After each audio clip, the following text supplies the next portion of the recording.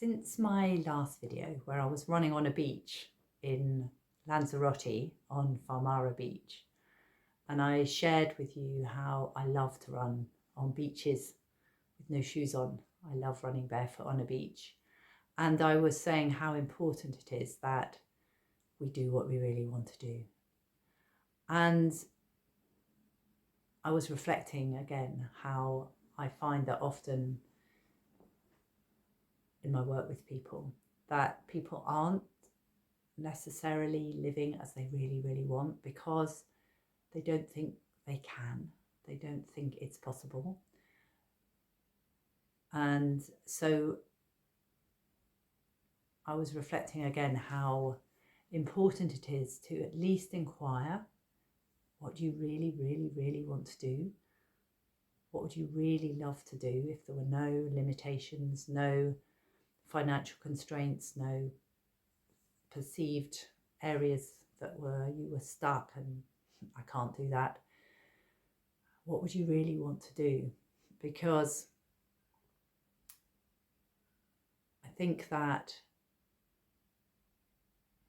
really and truly we can change our lives when we change the way we think, when we change the way we feel, and we can break free from the constraints and limitations of our conditioning and our paradigm, our beliefs and adaptations from childhood and from our education and from all of these things. But again, I've worked with people all my life, and I recognize that the limiting factor seems to be that people don't really feel good enough. They don't feel worthy. They feel wrong somehow. And we're all united in that we've all experienced pain. We've all experienced, often circumstances and, situations in childhood or in our schooling or all manner of places where we felt crushed and abused and bullied, and all of these situations that occur, not understood, not heard, not listened to, shouted at, and even in the most happiest of childhoods, we sometimes have felt sidelined, not as important as others. People haven't got time for us. Things can happen, and I think that what I notice over, as you know, any of you who've been listening to me, I've been working in people's lives for 47 years, starting when I was 18 in health and fitness, and it progressed into, coaching and therapy with people as I, turned 30, because it was evident that people were wanting to talk and wanting to find their ways forward in life. And I think that I noticed that people from their difficulties, because most people have had some sort of difficulties, I say even in the most happiest of childhoods, there's been things that haven't worked out, disappointments and all manner of things. And what I notice is that what tends to happen is people internalize somehow they're not good enough. They internalize that they're wrong. They internalize that they're not deserving, not worthy, all of these things, which isn't true. It's not true. We're all here to express ourselves. We're all here to let our light shine, let the soul light shine bright, and let our soul be in motion. And that's why it's really important to think, what do you really want? What do you really, really, really want? Because at least starting to investigate that, and sometimes it's good to journal it, it's good to speak with somebody, it's good to really investigate. And sometimes there'll be an immediate pushback, well, I can't do that, or I'm that's selfish, or I couldn't possibly do that, or I haven't got the money, or I haven't got this, or I haven't got that. But if you can suspend all those things and just go, what do you really want? What do you really, really want? Because at the deepest level, our soul knows what it wants to express, and if we're not expressing our true self, the world misses out, because we're all actually totally unique, and we've all got our own song to sing, our own soul expression.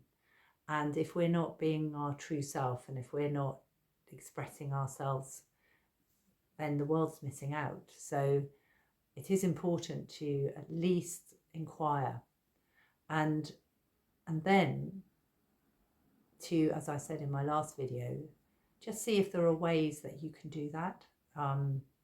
Just do the thing that you'd really love to do. It doesn't mean you have to abandon everything. It doesn't mean you have to change your whole life, because often that is a process of inquiring into our thinking, inquiring into our loops of where we feel stuck, because we'll often feel stuck with a narrative, and then that we're stuck in the body with the feeling of fear, or, as I say, not good enough, or all these things. And that can take some time to start to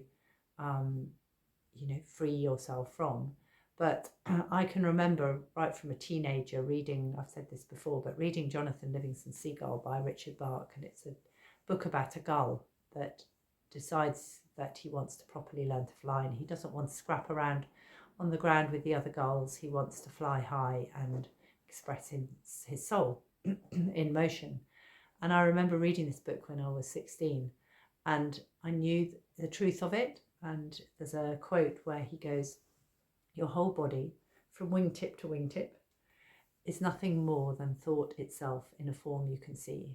Break the chains of your thought, and you break the chains of your body too." And I went, I get it, I understand it. But I had a journey, because also what is also part of the puzzle is how we feel about ourselves. So it isn't just the thoughts. We can say the thoughts by rote again and again, and we can retrain our neural pathways. But if we don't feel good enough, if we don't feel deserving, if we don't feel why me, then we need to work with that. We need to rewrite that programming of the narrative, but we also need to get the feeling from out of the body. But I did get it. I also loved another quote where he's teaching Fletch Gull to fly. So he's teaching another gull to fly, and he goes, Fletch Gull says, "Are you saying I can fly?" And Jonathan says, "I'm saying you are free." And our absolute birthright, our truth, is that we are free. Now, as a therapist, and as I've worked with people forever, for all my life, I do recognise there's a process involved. I do recognise that these things are the truth. I have worked with them all my life. I have learned how to clear the feelings of wrong from my body, the feelings of why me, all of those things. And I've learned to create from the essence of who we are. If we drop into that space of the no thing, if we are able to, with the breath, breathe in, breathe out, and there is the space. And if we can drop into that, the meditative state is really helpful, to be in that space, into the no thing, the nobody, the no space, or all space, not no space, total space, but nobody's there. We have the pure potential of creativity in that space, and we can start to think, what do I really want? What do I really, really, really want to do? Start taking some actions, because obviously there's magic in action. So we take some actions. Like me, I knew I loved to run barefoot on beaches. So while I was still in Lanzarote, I booked up some other barefoot beach experiences up until May, to make sure, because I'm not so keen on running barefoot in English beaches in the winter. So I booked up a few other opportunities to go and be barefoot on the beach, because it's part of an important soul expression for me. So do write down what you think you'd really love to do, and see if you can action it, because something will happen. And also at the same time, you can say, I deserve this. I'm free. I'm me. I love you. You can say to you, I love you. it's a nice way to, the subconscious doesn't know the difference between what you're saying to yourself or another. So you can say to yourself, I love you, I'll never leave you, you're safe with me, you can do whatever you want, you can be free, you can fly, you can live the life you truly would love to live. And you can start to say these things, and if you feel resistance coming up, you can drop into the breath, breathe in deeply, breathe out, drop into that space and clear away the feelings of resistance or pain or fear or any of those things that might arise, and start to practice. And as I say, I do recognize that these things are a process, but I'm just sharing a little bit for the start of, you know, a new day. What do you really want? And yeah, let yourself know. Be grateful for you, for your expression on the planet, and say to yourself, I love you. You're amazing. Go for it. You can do it.